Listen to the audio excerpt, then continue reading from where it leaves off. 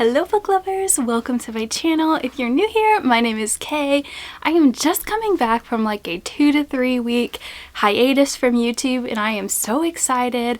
I have so many upcoming fun bookish video ideas that I cannot wait to share with you. But today I just want to talk to you about what the heck I read in the month of February.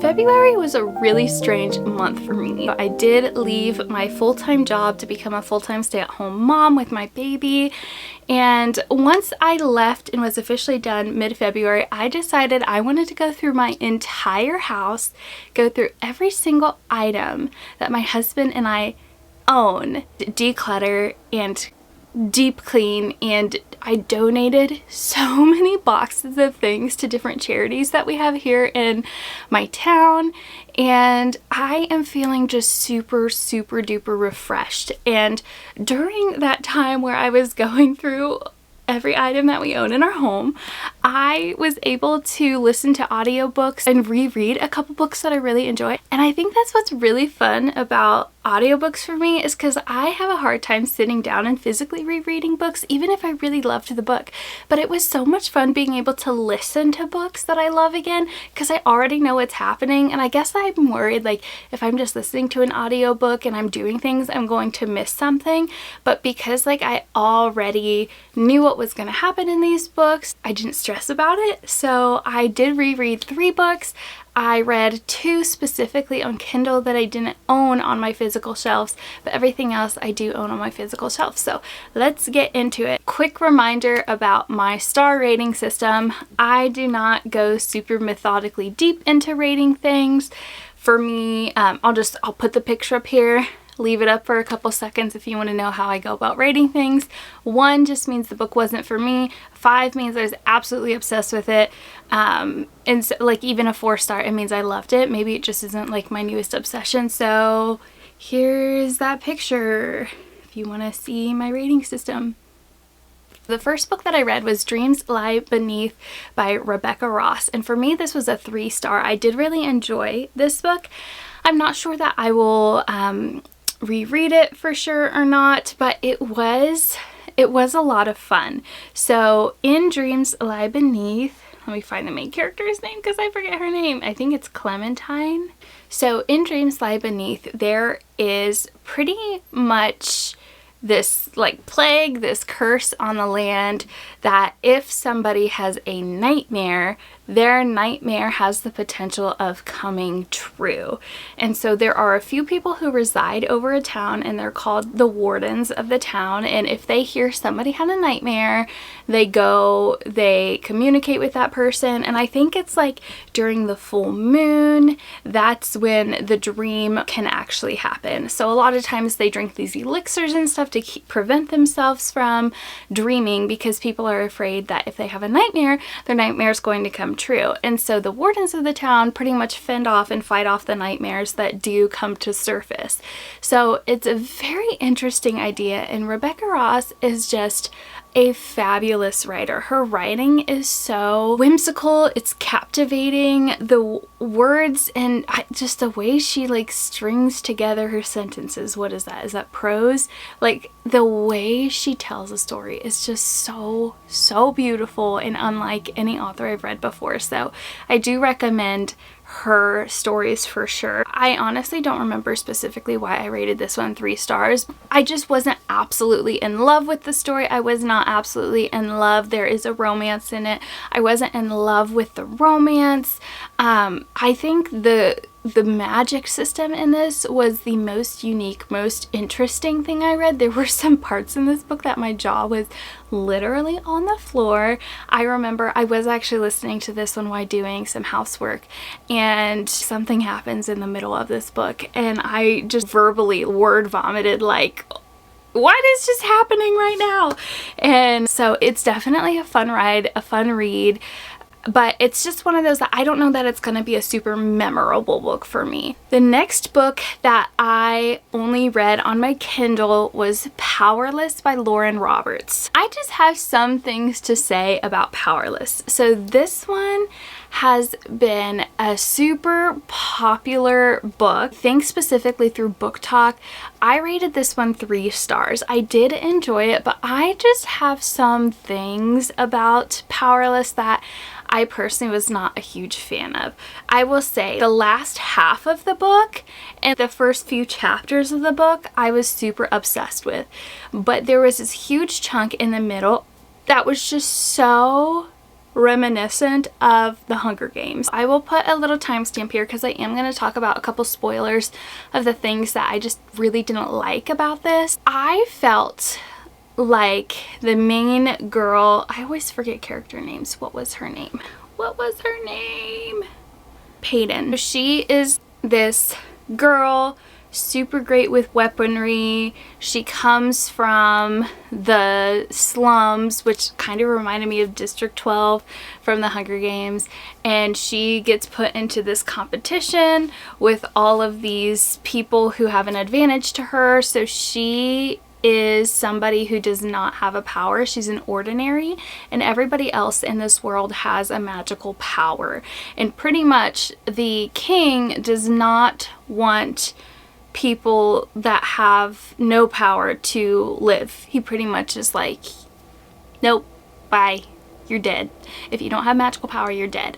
So she pretty much has made it through her life pretending that she's a psychic. So she's just really good at reading people. Pretty much she gets drawn into this competition where nobody knows that she actually isn't a psychic, and there were a lot of things in this competition that just reminded me so much of Hunger Games. Specifically, there is one death to one character where she was, like, this is graphic, she was impaled through the stomach, and that reminded me of Rue from the Hunger Games. And then she was buried, and the guy, what's his name? Kai, buried her and put flowers around her and gave her a proper burial, and that reminded me of Hunger Games and Rue and her burial. Now, this character was not as significant as Rue was in the Hunger Games, but it was just like so many like little details were just so reminiscent. But then there was also like these interviews that the characters went through before they went into the competition. So obviously we know there's interviews in Hunger Games,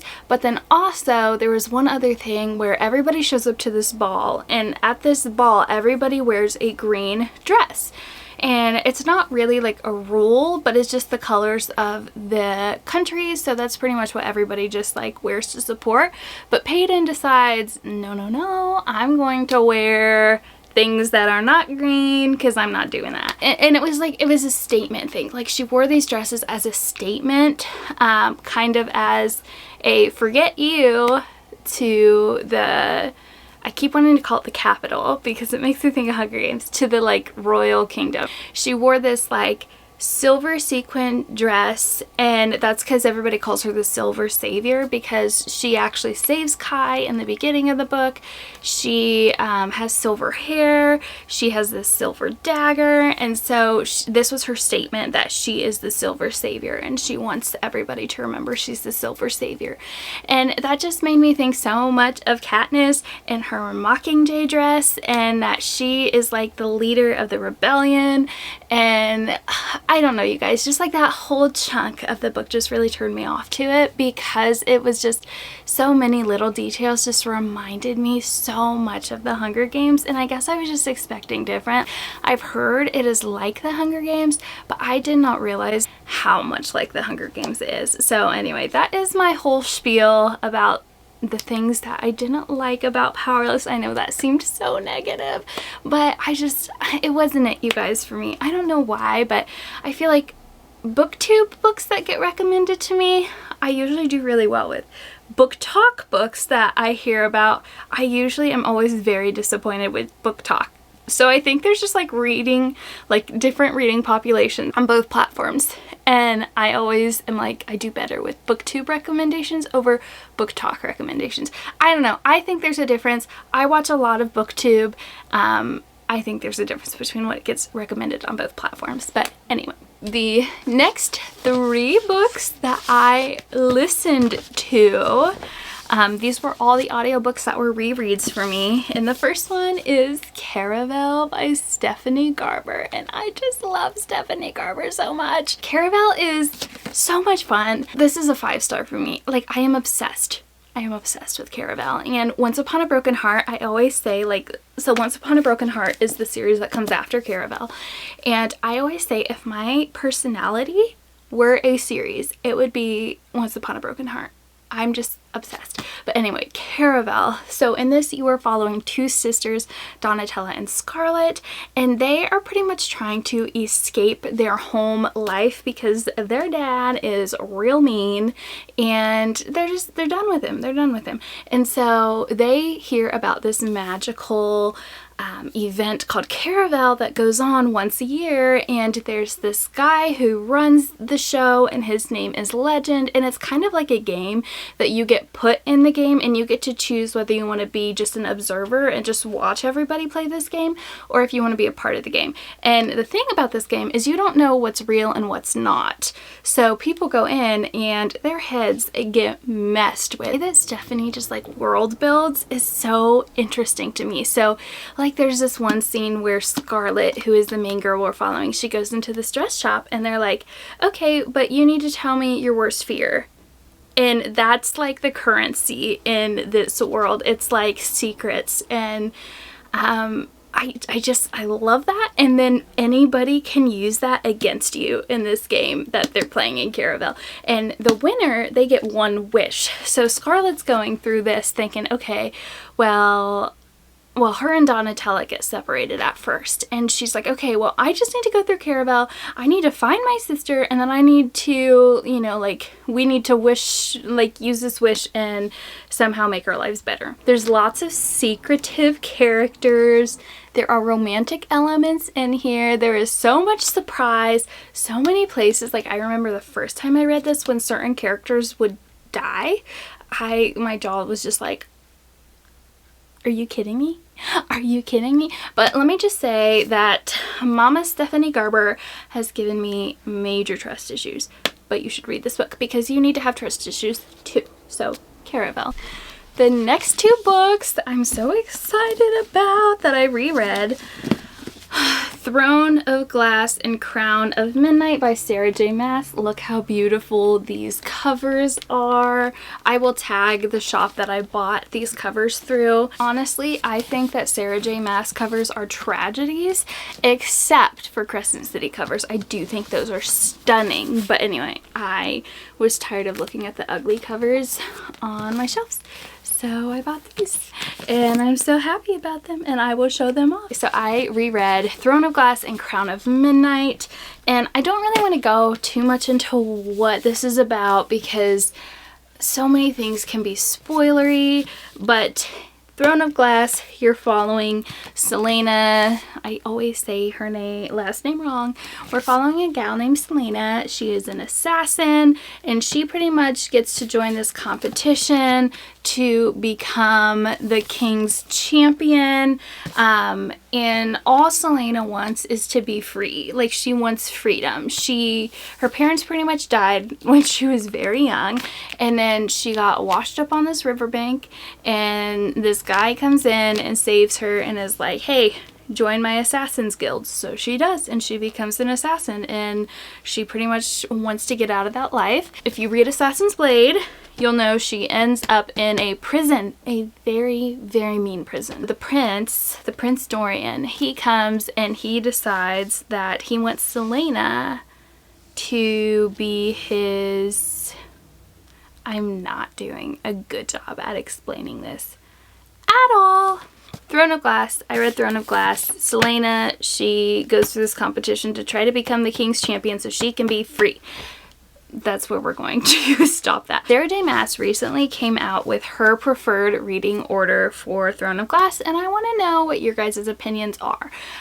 She suggests reading Assassin's Blade after Crown of Midnight, and let me just say, this is how I originally read it. So I have read Throne of Glass, Crown of Midnight, then I read Assassin's Blade. and I struggled to get through Assassin's Blade 3rd, which is where Sarah says to read it. I struggled so badly. I was so bored because after Crown of Midnight, I just wanted to continue with the series because, okay, this is a 4-star. Throne of Glass is a 4-star for me.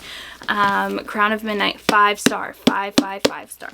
And I just wanted to continue from Crown of Midnight, and then I had to all of a sudden go back in time and read all these things that you know happen, because in Throne of Glass she explains all these things that happen. So in my opinion, as somebody who is a victim of actually reading Assassin's Blade 3rd, I recommend you read it first, because I read Throne of Glass, Crown of Midnight, Assassin's Blade, got super bored, and then I put these down for like a year and a half, and so that's why I'm rereading them. And so I finished Assassin's Blade, I think in like November, and then I was like, okay, well, I'm just gonna start back over with Throne of Glass and Crown of Midnight. And you guys, there are so many things that I missed in Throne of Glass the first time I read it, because those things happened in Assassin's Blade. Like there's this one part where Selena's like, oh yeah, like I stole this really, you know, fancy horse from this, you know, high up person. And like there are just like things she says in here, and you actually read those stories in Assassin's Blade. So the first time like I read this, I honestly did not like Throne of Glass the first time. But having read Assassin's Blade, I enjoyed Throne of Glass so much more, because there were so many comments and things that Selena made in here that I was like, oh yeah, that's right. She mentioned like that happened in Assassin's Blade. Like I know exactly what she's talking about here. And like the crime lord who ends up getting her put into Endovier, which is the prison camp, she mentions him in this book too, but like, you know, the first time I read this, I was just like, okay, whatever. But like after reading Assassin's Blade and then reading Throne of Glass, I was like, oh yeah, that's what happened. I understand why she's so angry now, because it just seems like she so casually mentions these really big things that happen to her in here, but you read the depth of those stories in Assassin's Blade. So sorry, Sarah J. Maas, I think you're wrong on your reading order.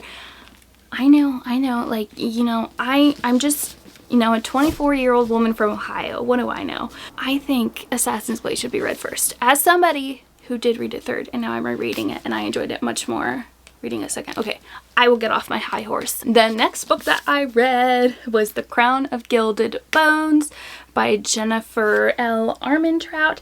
This is the third one in the From Blood and Ash series. I'm not going to go into depth with this because obviously spoilers. Let me just say, I do think the whatevers from Poppy were better in this book. She didn't have as many whatevers, but the magic and the world building is just getting much more complex in this book, and I did really enjoy that. However, I hear the next book, the fourth book, is usually where people call it quits with this series. So I am hopefully going to be reading the fourth book in March, so we will see what I think. But I'm enjoying it at this point. I think I gave this a 4-star. I love it. I'm not like obsessed with this the way that I'm obsessed with like ACOTAR, but I'm loving it. Until the Stars Fall by Vanessa Rassinen. So in this book, you're following Lika, and Lika is a cook in this kingdom. And then you follow Connor, and Connor is a prince who is also like a shifter. He's like a werewolf. Something happens. Lika is put in danger, and she moves off to train with these strangers that are her apparent family. And she's there for like 3 years and pretty much like learns all the martial arts, and she comes back. And Connor and his brother he's a hot mess express, let me tell ya. So his brother needs to get married to a princess for a political reason, and his brother is like, no, I'm a player, I do not want to get married.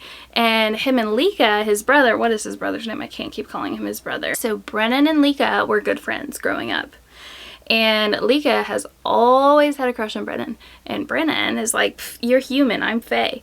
And pretty much once Brennan realizes he has to get married for the kingdom, he's like, hey Lika.